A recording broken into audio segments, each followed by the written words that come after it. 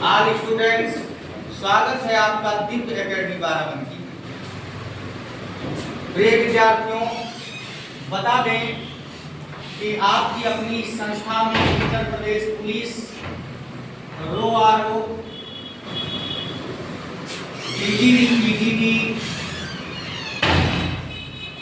के बैच चलाए जा रहे हैं। ठीक है, तो आप लोग अगर इन बैच को ज्वाइन करना चाहते हैं तो संस्था के दिए गए कॉन्टैक्ट नंबर पर आप लोग जरूर संपर्क कर लीजिए, जहां पर सिलेक्शन एक जिद है। ठीक है, सिलेक्शन जरूर होगा। आइए देखते हैं, आज के टॉपिक में पढ़ाना है समास। क्या पढ़ाना है? समास। तो जान लेते हैं इस समास शब्द का निर्माण जो है सम उपसर्ग, आस धातु और घन प्रत्यय को मिला करके हुआ है। समास शब्द का निर्माण सम उपसर्ग, अस या आस धातु और घन प्रत्यय को मिला करके होता है। तो इसमें से पूछ लिया जाता है, बताइए समास शब्द में कौन सा प्रत्यय है? तो आप लोग आस प्रत्यय लगाते हैं, जबकि आस को एक धातु है। तो इन चीजों का विशेष रूप से ध्यान रखते हैं। समास का अगर हम शाब्दिक अर्थ देखते हैं तो समास का जो शाब्दिक अर्थ होता है वो होता है संक्षेप। समास का शाब्दिक अर्थ क्या होता है? संक्षेप। फिर एक शब्द आता है कि सामासिक पद क्या होता है। आपसे पूछ लिया जाता है कि सामासिक पद या समस्त पद क्या होता है। तो आप लोग ध्यान देना, जो पद आपको दिया जाता है पेपर में, जो पद पेपर में दिया होता है, दिया गया पद आपका क्या कहलाएगा? तो दिया गया पद ही सामासिक पद कहलाता है। क्या कहलाता है? सामासिक पद कहलाता है। जो पद आपको पेपर में दिया जाता है वही सामासिक पद या समस्त पद कहलाता है। फिर क्या होता है? विग्रह क्या होता है? जब हम इन्हीं सामासिक पदों को अलग अलग कर देते हैं, इन्हीं सामासिक पदों को अलग अलग करते हैं, तो इसी को हम विग्रह कहते हैं। सामासिक पद को तोड़ देते हैं और इसके अर्थ को निकाल लेते हैं। तो उम्मीद है कि आपको पता हो गया होगा समास शब्द का निर्माण कैसे हुआ। सम उपसर्ग, आस धातु, घन प्रत्यय। समास शब्द का शाब्दिक अर्थ क्या होता है? संक्षेप। सामासिक पद या समस्त पद क्या होता है? जो पद आपको दिया जाता है पेपर में वही सामासिक पद होता है। और जब इन्हीं सामासिक पदों को हम अलग अलग कर देते हैं तो ये कहलाता है समास विग्रह। ठीक है, चलिए समास के सूत्र की अगर चर्चा करें तो कहा जाता है सम सनम समासा। क्या कहा जाता है? सम सनम समासा, यानी समान रूप से। सनम माने संक्षिप्तीकरण ही समास कहलाता है, यानी संक्षिप्तीकरण ही समास कहलाता है। संक्षिप्तीकरण ही समास कहलाता है। ध्यान देने योग्य बात है। या और भी कह सकते हैं एक पदी नाम भावः समासा।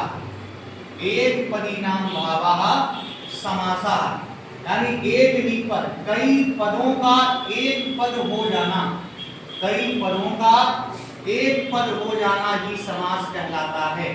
कई पदों का एक पद होना, यानी कि एक पद होना क्या कर लेता है? तो वो समास कहलाता है। अब अगर चर्चा करें समास के भेदों की, तो समास के भेदों में जो है समास के 6 भेद माने गए हैं। कितने भेद माने गए हैं? हिंदी में 6 भेद माने गए हैं। कौन कौन से हैं? पहले है तत्पुरुष समास, तत्पुरुष के बाद में कर्मधारय समास, कर्मधारय के बाद में अव्ययी भाव समास, अव्ययी भाव समास के बाद में आपका द्विगु समास, और द्विगु समास के बाद में बहुव्रीहि समास। कौन सा समास? बहुव्रीहि समास, ध्यान रखेंगे। और कौन सा बचा?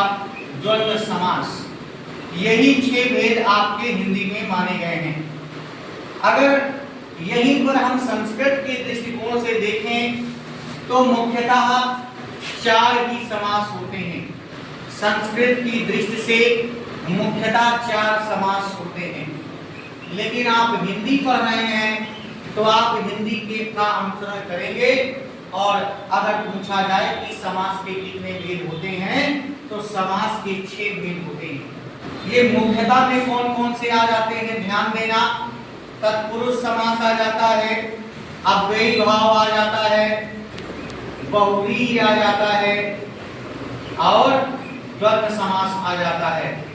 बाकी दो ये जो आपका द्विगु समास दिया हुआ है और कर्मधारय समास दिया हुआ है, इसे विद्वान लोग जो है तत्पुरुष समास का ही एक भेद स्वीकार करते हैं। इस बात को ध्यान रखिएगा। पूछा जाता है कि जब मुख्यतः समास 4 होते हैं तो कौन सा समास नहीं गिना जाता है?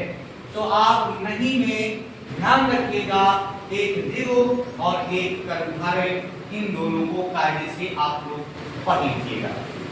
तो आइए चर्चा करते हैं हम अव्ययी भाव समास की। सबसे पहला समास है हमारा, कौन सा समास है? तो सबसे पहला समास है अव्ययी भाव समास। अव्ययी भाव समास में क्या होता है? पहली चीज, इसका पहला पद अव्यय होता है। अव्यय का क्या मतलब होता है? जो व्यय ना हो, जिन शब्दों के सार्थक टुकड़े ना किए जा सके उन्हें हम अव्यय कहते हैं।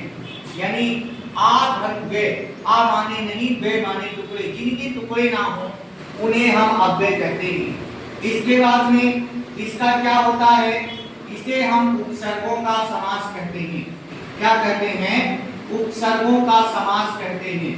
इसमें क्या होता है कि उपसर्गों के समास के बाद में अगर किसी नदी से पहले अगर संख्या आ जाती है तो वहां पर भी अव्ययी भाव समास होता है। और इसमें क्या होता है? इसका सूत्र होता है पूर्व पदे प्रधाना, यानी इसका पहला पद प्रधान होता है। इसका पहला पद क्या होता है? प्रधान होता है। अगर आपको कहीं पुनरुक्ति सूचक शब्द दिखाई देते हैं, पुनरुक्ति का मतलब क्या होता है? अगर किसी शब्द का 2 बार उच्चारण हुआ है तो उसे हम पुनरुक्ति सूचक शब्द कहते हैं। ठीक है ना? तो इसे अव्यय इसमें आएगा, इसमें आपका उपसर्ग आएगा, इसमें किसी नदी से पहले संख्या आएगी और पुनरुक्ति सूचक शब्द आएगा। अगर इन चीजों से ग्रसित है कोई शब्द तो वहां पर अव्ययी भाव समास होता है। जैसे अब हमने कह दिया दिनम दिनम प्रति, दिनम दिनम प्रति। अब इसका अर्थ क्या होता है? प्रतिदिन, या कह सकते हो हर एक दिन, हर एक दिन। तो वैसे तो प्रति इसमें उपसर्ग आ गया है, ऐसे ही देख करके इसे हम पहचान लेते। ठीक है, तो उम्मीद है अव्ययी भाव समास आपकी समझ में आया होगा। तो आगे की वीडियोस के लिए आप हमारे दिव्य एकेडमी बाराबंकी के YouTube चैनल को ज्वाइन कर लीजिए, जिससे कि जो भी क्लासेस होती हैं आपको वीडियोस मिलती रहें। धन्यवाद।